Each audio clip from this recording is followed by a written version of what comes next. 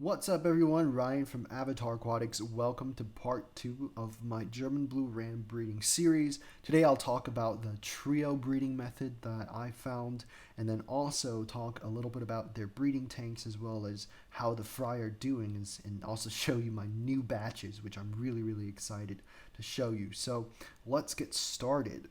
On the right here, we have my breeding, holding, conditioning tank. So I'll keep female German Blue Rams in here. I've got one in here.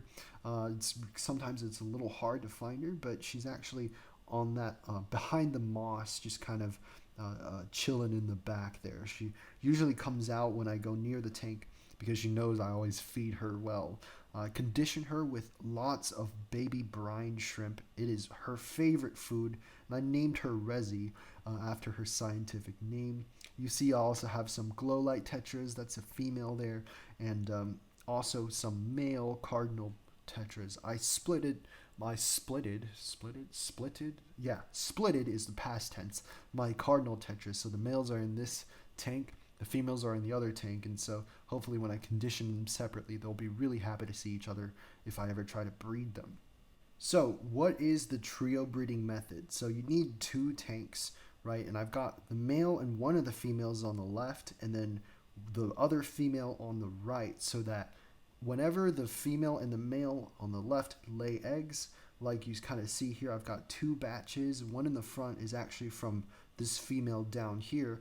But once they lay eggs, I remove the eggs and then I remove the female. So then I substitute in the other female so that on the other side we'll have, which she actually laid the other female laid the eggs in the back.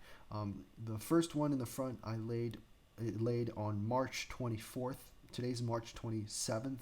And so it's been 3 days and they've already hatched out. And you can see the wigglers are now on the bottom here.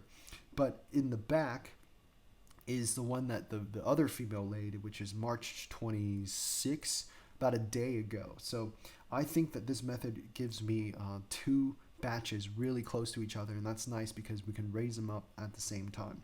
But once the first female lays the eggs, you take her out, you sub in the other female, and since the male, he's almost always ready to go, super hormonal after his first clutch, he's ready to lay eggs again, and so he can induce the other female to lay eggs. Of course, you have to really breed these guys a long time or condition them well so that they can spawn for you. And in fact, I find that this method, now every like 1.5 to 2 weeks, you can get another two batches if you feed them brine shrimp, feed them well every day.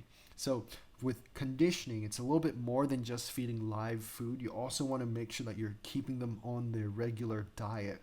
So instead of feeding just live food, you also have a lot more nutrition from the artificial flakes. So in this tank, you'll see in the back here is usually where they like to spawn. And so the pairs in the back there, they don't have eggs right now, but I'll usually put that flat Sirius stone on there for them to spawn. They really like it because now the brine shrimp hatchery is blocking the front, and then also a lot of the leaves are also blocking their line of sight from me, so they think it's nice and secluded, nice and peaceful for them to lay eggs.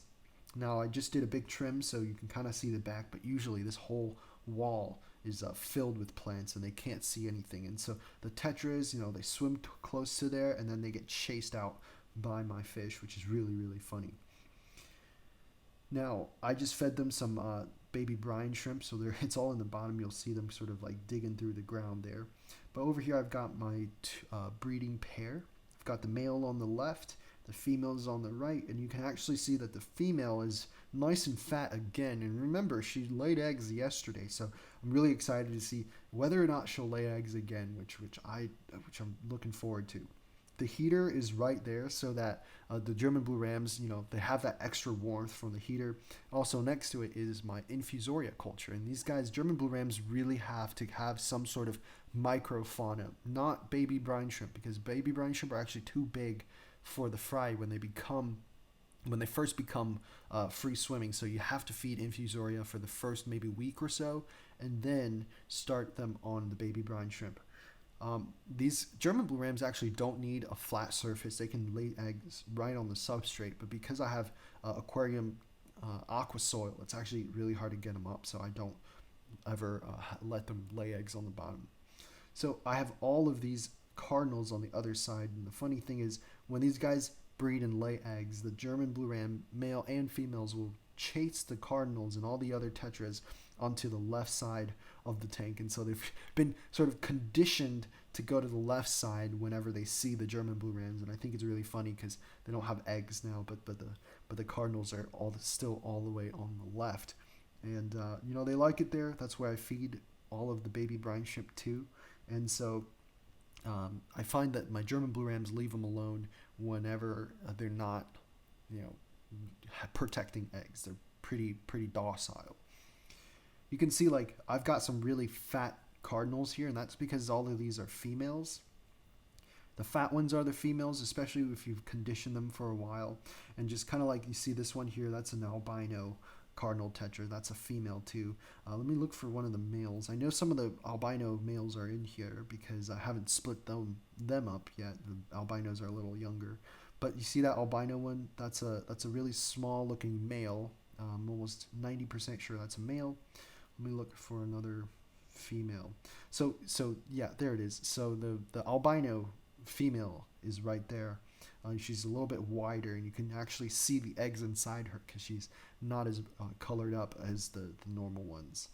But the normal ones are in here. They're all female, and I'm looking forward to breeding them. And I'll show you guys my the first clutch, which I've got 4 left.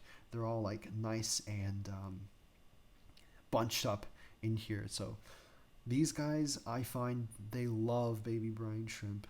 What kind of fish doesn't, right? But once I put the baby brine shrimp on, they absolutely devour them. They grew so much faster. Now, I wanted to give you guys a little bit of information on my water parameters because some of you guys might need that. So for all of my breeding tanks, both these 2 tanks as well as these little fry cups, I use the same type of water. The temperature is always kept at 81 to 82 degrees Fahrenheit, which is around 27 degrees Celsius. I also have 0 ammonia, 0 nitrites, and about 20 parts per million nitrates for my plants. Now for KH, which is carbonate hardness, I'm at 40 parts per million, or as you might see this on the test kits, is 2.2 drops, so 2.2 DKH. And then for GH, which is general hardness, I'm at 75 parts per million, which is relatively soft, and that also translates to about 4.5 of the drop tests. So overall, I keep them really stable, and I just wanted to say, if you feed brine shrimp, the brine shrimp after a couple hours, they'll die, fall to the bottom, and they'll clump together and start to rot. So a trick that I learned, or I discovered, is that the snails, if you add a couple of the pond snails, they'll make short work of the dying, decaying baby brine shrimp. They'll eat it, and they'll poop them out, and so then that way it's much easier to siphon them out. And to keep the water clean. I do 2 water changes every day.